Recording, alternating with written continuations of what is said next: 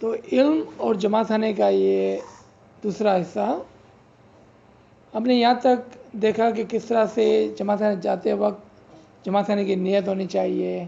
ہم نے جماعت خانے کے پریمیسز کے بارے میں بات کی، اور ہم نے دیکھا کہ جماعت خانے جانے کے جو اوقات ہے، وقت ہے، اس کا کس طرح سے خیال رکھنا ہوتا ہے اور پاکیزگی رکھنی ہوتی ہے اس کے اندر، کیونکہ جس طرح سے ہم اپنے دستون کے اندر باقاعدگی رکھتے ہیں، اس طرح سے جماعت خانے کے اندر بھی باقاعدگی رکھنی ہوتی ہے، اور یہی مولا کا فرمان ہے. اب آئیں کہ ہم کچھ ایسی چیزوں کے اوپر بات کریں جس میں سب سے پہلے میں یہ آپ کو بتانا چاہوں کہ جماعت خانہ بھی الگ الگ قسم کے ہوتے ہیں. جیسا خانہ کعبہ کو بھی ہم کہہ سکتے ہیں کہ وہ خدا کا گھر ہے، تو ہم کہہ سکتے ہیں کہ وہ ایک گلوبل جماعت خانہ ہے. پھر ہمارا جو جماعت خانہ ہے وہ ایک لوکل جماعت خانہ ہے، جو ہمارے محلے کے اندر، ہماری سٹیز کے اندر، ہمارے ملک کے اندر ہوتے ہیں. لیکن اس کے علاوہ بھی ہمارے پاس جماعت خانہ ہوتے ہیں. فار ایگزامپل کہ اگر کوئی شخص بیمار ہے یا کوئی شخص کسی وجہ سے جماعت خانہ نہیں جا سکتا ہے، تو وہ اپنے گھر میں بیٹھ کر بھی وہی فرائض انجام دے سکتا ہے. ہاں، اس میں اور جماعت خانے جانے میں فرق ضرور ہے جس کو ہم دیکھیں گے، لیکن وہ اپنے گھر کے اندر بیٹھ کے بھی اس فرائض کو انجام دے سکتا ہے. اور چوتھی قسم کا جو جماعت خانہ ہے وہ خود ہمارا دل ہے، کہ جہاں پر ہم روزانہ جا کر اپنی تسبیحات، اپنی دعا پڑھتے ہیں اور امام کے دیدار کے لیے آرزو مند رہتے ہیں. وہ مقام کون سا ہے؟ وہ ہمارا دل ہے. تو 4 قسم کی جماعت خانہ ہو گیا: خانہ کعبہ، لوکل جماعت خانہ، پرسنل جماعت خانہ، اینڈ جماعت خانہ ہمارے عالم شخصی کے اندر.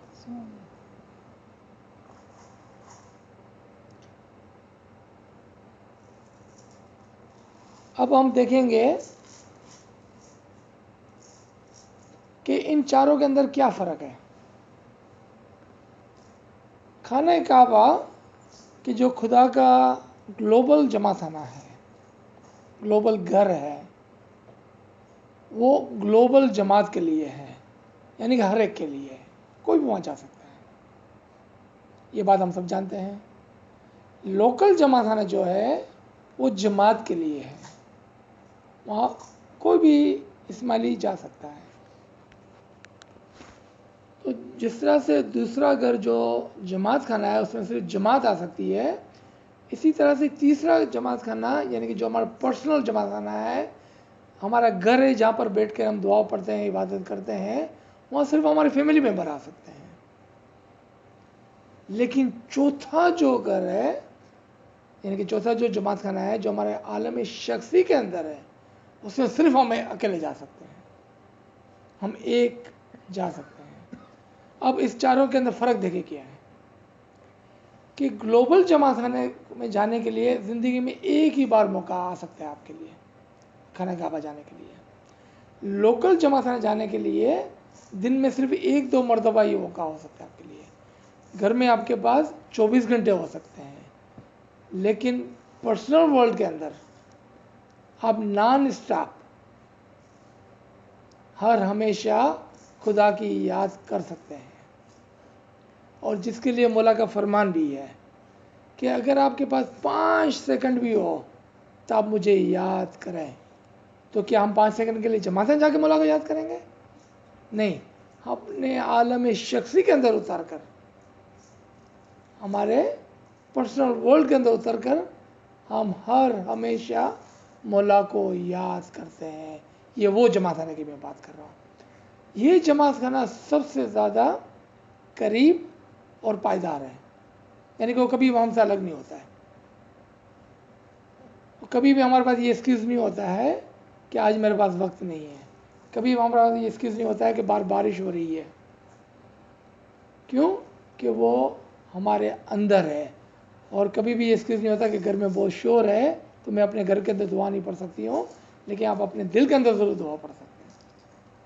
تو آپ نے دیکھا کہ جتنا یہ قریب ہے اتنا زیادہ مضبوط جماعت خانہ ہمارے اندر ہے، اور یہ وہ جماعت خانہ ہے جہاں پر مولا فرماتا ہے کہ میں ہر ہمیشہ جماعت خانے میں حاضر اور موجود رہتا ہوں۔ تو لوگ کیا سمجھتے ہیں کہ وہ فزیکل جماعت خانے کی بات ہو رہی ہے، ہاں اس کی بھی ہم بات کریں گے، لیکن یہاں پر اس فرمان کو سمجھیں آپ کہ میں ہر ہمیشہ جماعت خانے میں حاضر اور موجود رہتا ہوں، تو وہ آپ کے عالم شخصی میں آپ کے دل کی بات کر رہے ہیں۔ اس جماعت خانے میں وہ ہمیشہ حاضر اور موجود رہتا ہے، کیونکہ وہ آپ کی شے رگ سے بھی زیادہ قریب آپ کے ساتھ ہر ہمیشہ موجود ہے۔ ویسے تو امام دنیا بھر میں کوئی سی جگہ نہیں ہے جہاں پر امام نہ ہو، لیکن خاص کر کے وہ آپ کے اس جماعت خانے میں ہر ہمیشہ آپ کے ساتھ رہتا ہے، جو آپ کا عالم شخصی ہے، جو آپ کے اندر کا جماعت خانہ ہے، آپ کا دل ہے۔ اس جماعت خانے کو سمجھنا ہمارے لیے ضروری ہے۔ تو جس جماعت خانے کو پاک رکھنے کے لیے حکم ہوا ہے وہ آپ کا دل ہے، ایکچولی اس کو آپ کو پاک رکھنا ہے، تاکہ آپ وہاں پر عبادت میں بھی جماعت خانے جا کر بھی آپ کو دیدار آپ کے ذاتی جماعت خانے میں ہوگا جو آپ کا دل ہے۔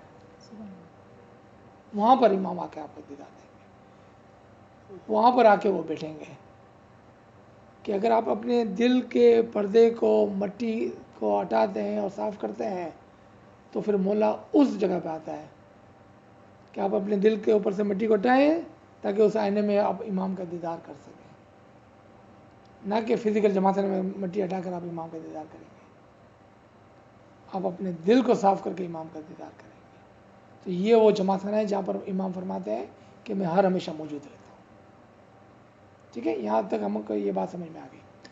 اب اور آگے آئے ہیں، آپ دوبارہ آئے ہیں ہم لوکل جماعت خانے کی طرف کہ جماعت خانہ جانے کے کیا فائدے ہیں بنسبت کہ ہم گھر میں بیٹھ کے دعا پڑھیں۔ چونکہ ہم اپنے حق میں بہت زیادہ گنہگار ہوتے ہیں، یعنی کہ لا الہ الا انت سبحانک انی کنت من الظالمین، کہ وہ تو ذات پاک ہے، ہم خود اپنی نفس پہ ظالم ہیں اور بہت ہی گنہگار ہیں اپنے حق کے۔ تو جب ہم جماعت خانے جاتے ہیں تو کیا کرتے ہیں ہم کہ وہ مومنین جو اچھے ہیں، پاک ہے، عبادت گزار ہیں، نیک ہیں، جب وہ دعا پڑھے، وہ عبادت کرے تو ہمیں بھی اس کے پیچھے پیچھے کچھ فائدہ ہو جائے، اس کی برکات لینے کے لیے، ان کے قریب رہنے کے لیے، کہ مولا جب رحمت کی بارش کرتا وہ ان پر، تو ہم پر بھی تو کوئی چھٹے گریں گے نا۔ اس لیے جماعت خانے جانے کا حکم ہے کہ آپ ساتھ میں بیٹھ کر مل کر عبادت بندگی کریں اور دعا پڑھیں، اس میں زیادہ فائدہ ہے، یعنی کہ 1 سے 100 بھلے ہیں، کیونکہ 100 میں سے ایک تو ضرور ایسا ہوگا کہ جو مولا کا عاشق ہوگا اور مولا تک اس کی آواز پہنچتی ہوگی۔ ہم جیسے گناہ کرتے سب نہیں ہوگے، امید ہے کہ 100 میں سے ایک اچھا ہوگا۔ اس لیے جماعت خانہ جانا زیادہ ضروری ہے اور فائدہ مند ہے بنسبت کہ آپ گھر میں بیٹھ کے دعا پڑھیں، گھر میں بیٹھ کے عبادت کریں، آپ جماعت خانے جائیں۔ اس لیے جماعت خانے جانے کا اتنا سختی سے امام کا حکم ہوتا ہے۔ اچھا، اب آئے دوسری چیزوں کے اوپر کہ جب ہم جماعت خانے کے اندر انٹر ہوتے ہیں یا جماعت خانے کے پریمیسز میں داخل ہوتے ہیں تو کیا کیا چیزیں ہم دیکھتے ہیں۔ ریممبر کہ یہ ساری چیزیں جو ہیں، ابھی تو ہم جماعت خانے میں پہنچ کے دعا بھی نہیں پڑھی، ہم وہاں وہ باتیں کر رہے ہیں کہ جو ہماری دعا اور ہمارے گھر سے نکلنے کے بعد جو چیزیں ہو رہی ہیں۔ تو پہلے ہم نے بات کی کہ گھر سے نکلتے ہوئے ہمارے تسبیحات شروع ہو جانی چاہیے۔ پھر جب ہم جماعت خانے میں انٹر ہوتے ہیں تو ہم کیا کیا چیزیں دیکھتے ہیں۔ ہم والنٹیئرس کو دیکھتے ہیں سب سے پہلے۔ کیا آپ نے کبھی ایک سیکنڈ کھڑے رہ کے سوچا کہ یہ والنٹیئر جو باہر دھوپ میں کھڑا ہے، بارش میں کھڑا ہے، سردی میں کھڑا ہے، وہ کیوں کھڑا ہے؟ وہ ہماری سیفٹی کے لیے کھڑا ہے، تاکہ ہم اندر جا کر بیٹھ کر آرام سے سیکیور جگہ میں بیٹھ کے دعا پڑھ سکیں۔ وہ ہماری گاڑیوں کا خیال کرتا ہے، وہ ہمارے بچوں کا خیال کرتا ہے، وہ ہمارے دروازوں کا خیال کرتا ہے، ہر قسم کی خدمت کرتا ہے۔ لیکن کیا ہم نے کبھی اس کے بارے میں سوچا؟ میں آپ کو وہ بات بتانا چاہ رہا ہوں کہ جماعت خانے جانے سے پہلے کتنے ثواب آپ کما سکتے ہیں؟ سب سے پہلا ثواب کب کمایا؟ جب ہم نے نیت کی تھی. دوسرا ثواب ہم نے کب کمایا؟ جب ہم نے اپنی تجزیات کو جاری کر دیا تھا. تیسرا ثواب کب کمایا؟ کہ جب ہم جماعت کی طرف آنے لگے، ہر قدم کا ثواب. چوتھا ثواب کب کمایا؟ کہ جب ہم نے اس والنٹیئر کے بارے میں سوچا اور ایک دعا دی اس کو کہ مولا یہ شخص یہاں کھڑا نہ ہو تو شاید میں یہاں پر جماعت میں بیٹھ کر اتنی سیکیورلی دعا نہیں پڑھ سکتی ہوں. جماعت اتنی سیکیورلی دعا نہیں پڑھ سکتے ہیں. آپ نے دیکھا یہ 4 ثوابوں کے ابھی تک ہم جماعت کے اندر انٹر بھی نہیں ہوا ہے. یہ کب ہوتا ہے؟ جب ایسا علم ہمارے پاس ہو، ایسی سمجھ ہمارے پاس ہو. تو آپ دیکھیں کہ آپ ان 3 کیٹیگری کے اندر سے کون سی کیٹیگری میں آ گیا آلریڈی؟ آپ اس کے اندر نہیں ہے جو خالی ہاتھ جاتے ہیں خالی ہاتھ آتے ہیں. اس کے اندر بھی نہیں ہو کہ جو گناہ کی ٹوکری لے کے جاتے ہیں. ہم تو جماعت میں انٹر ہونے سے پہلے ہی انشاءاللہ پلس کے اندر ہو گئے. ابھی تو جماعت میں انٹر بھی نہیں ہوئے ہیں. لیکن یہ چیزیں سوچنے سے علم سے آتی ہے. یہ ہے علم کی اہمیت. اب آئے، اب اندر انٹر ہو گئے، آپ شوز کمپنی میں پہنچ گئے. کیا آپ نے کبھی جوتے دیتے ہوئے اس شخص کو یا وہ لڑکے یا لڑکی کو یالی مدد کیا جو آپ کے شوز اٹھا رہا ہے؟ کیا آپ نے کبھی اس کو تھینک یو بولا؟ آپ بولیں وہ تو اپنی ڈیوٹی کرتا ہے، میں اس کو تھینک یو بولوں کیوں بولوں؟ اس میں کون سا تیر مارا اس نے؟ وہ تو اپنی ڈیوٹی کر رہا ہے، اپنا خود کے لیے ثواب کما رہا ہے. امام دیکھے کیا کرتا ہے. امام کہتا ہے کہ یہ والنٹیئرز ہیں میری جماعت کے کہ جو میری جماعت کو چلاتے ہیں اینڈ آئی تھینک دیم. امام اس کو تھینک یو بول رہا ہے. لیکن ہمارے اندر اتنی ہمت نہیں ہے کہ ہم کبھی والنٹیئر کو شوز کمپنی میں کھڑے ہوئے لڑکا لڑکی کو کبھی تھینک یو بولیں. لیکن امام تھینک یو بولتا ہے. اگر آپ اس کو یالی مدد کرتے ہیں اور اس کو شکریہ اس کا ادا کرتے ہیں، یہ آپ کی نیک نیتی آپ کی ثواب کے اندر گنی جائیں گی کیونکہ آپ نے اس کی حوصلہ افزائی کی. اور جب آپ اس کو جوتا دیتے ہیں تو اس کو بھی اچھا لگتا ہے کہ یہ شخص اس کو یالی مدد کر کے گیا اور تھینک یو بول کے گیا. اور جب وہ خوش ہوتا ہے تو آپ ایسا ہے کہ جس سے آپ نے امام کو خوش کیا کیونکہ آپ نے اس کے مومن کو خوش کیا، اس کے مرید کو خوش کیا، اس کے والنٹیئر کو خوش کیا. تو آپ نے امام کی خوش نوتی خرید لی خالی ایک یالی مدد اور ایک تھینک یو کے اندر. ابھی بھی آپ جماعت میں انٹر نہیں ہوئے. اب آ جائیں آپ جماعت کے دروازے پر. جب آپ جماعت کے اندر انٹر ہوتے ہیں تو ہم کیا بولتے ہیں؟ ہے ہی زندہ. جب ہم ہے زندہ بولتے ہیں تو اگر آپ اس کے معنی کی طرف توجہ دیں تو ہم بولتے ہیں کہ امام زندہ ہے. لیکن کیا جماعت میں اس وقت کوئی بھی شخص انکلوڈنگ آپ کے ایسا ہے جس کو پتہ نہیں ہے امام زندہ ہے؟ کیونکہ ہمارا مذہب کا پایہ ہی لیونگ امام پر رکھا گیا ہے، حاضر و موجود امام پر رکھا گیا ہے. سب کو پتہ ہے امام زندہ ہے. تو پھر یہ ہے ہی زندہ بولنے کی کیا ضرورت ہے ہم کو؟ اور ایک نہیں، جتنے بھی لوگ آ رہے ہیں سب کے سب ہے زندہ بول رہے ہیں. چلو ٹھیک ہے، پہلی مرتبہ پتہ نہیں تھا، دوسری مرتبہ پتہ نہیں تھا، 100 مرتبہ پتہ نہیں تھا. بڑے بڑے جماعتوں میں تو ہزاروں لوگ آتے ہیں اور سبھی ہے زندہ بولتے ہیں. نہیں، اس کے پیچھے ڈیپ معنی چھپے ہوئے ہیں. خالی بولنے کے لیے نہیں بولنا ہے ہم کو. ہاں اگر ہم کو پتہ نہیں ہے تو ہم بولنے کے لیے ہی بول رہے ہیں.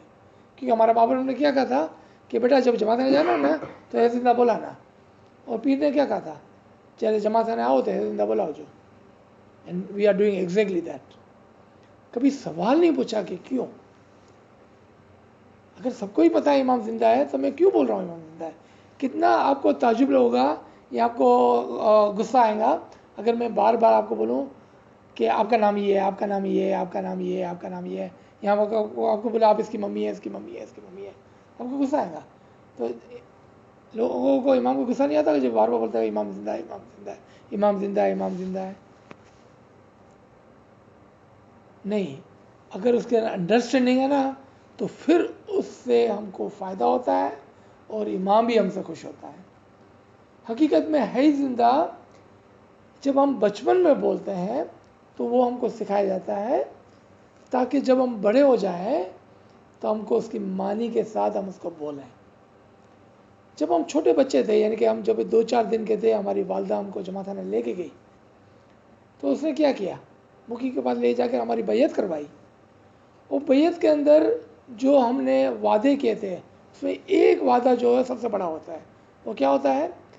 کہ ہر ہمیشہ ہم صرف حاضر جومے کی اطاعت کریں گے. یعنی کہ حیض زندہ کا جو مطلب ہے کہ ہم حاضر جومے کی اطاعت کریں گے. یعنی کہ جو امام بولیں گا دن تو دن، رات تو رات، اس کی ہم اطاعت کریں گے. لیکن ہم اتنے چھوٹے سے ہم کو یاد ہی نہیں ہے وہ بات. لیکن ہمارے ماں باپ نے ہم کو سکھا دیا 4-5 سال کی عمر میں کہ جب جماعتیں جاؤ نا تو بولنا ہے زندہ. کرتے کرتے کرتے پھر جب بچے بڑے ہو گئے تو ہم کو پوچھتے ہیں کہ ہم یہ زندہ کیوں بولتے ہیں؟ ماں باپ بولتے ہیں چپ ایسی جا، میں کدھر نے زندہ بول. وہ بولنے لگ جاتے بیچارے. نہیں، ایسا نہیں، اس کو سمجھانا ہوتا ہے کہ امام کے حضور میں جب ہم جاتے ہیں اور اگر ہم یقین کرتے ہیں کہ امام زندہ ہے اور حاضر اور موجود ہے، یعنی کہ وہ جماعت خانے میں موجود ہے، تو جب امام ظاہر میں دیدار دینے کے لیے آتے ہیں اور امام موجود ہوتے ہیں تو ہم کیا کرتے ہیں؟ سب سے پہلے اس کی ہاتھ پہ بیعت کرتے ہیں. دیدار شروع ہونے سے قبل جب مولا آ کے بیٹھتے ہیں تو سب سے پہلے کیا رسم ہوتی ہے؟ بیعت کی رسم ہوتی ہے. کیونکہ یہ امام کا طریقہ ہے کہ جب بھی جس دربار کے اندر امام حاضر و موجود ہو تو جماعت اس کی بیعت کرے. کیونکہ بیعت کے بغیر ہمارا مذہب کچھ بھی نہیں ہے. ہم اسماعیلی نہیں ہیں جب تک ہم نے بیعت نہیں کی ہے.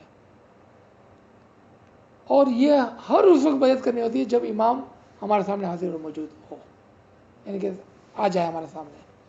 اگر ہم یقین کرتے ہیں کہ جماعت خانے میں امام حاضر اور موجود ہے تو سب سے پہلی رسم کیا ہونی چاہیے؟ بیعت کی ہونی چاہیے. کیونکہ بیعت کے بغیر آپ دعا ہی نہیں پڑھ سکتے ہیں. بیعت کے بغیر جتنے بھی اعمال ہیں وہ بیکار ہیں. کیونکہ بیعت ہی ایک مرید اور مرشد کے درمیان میں معاہدہ ہوتا ہے.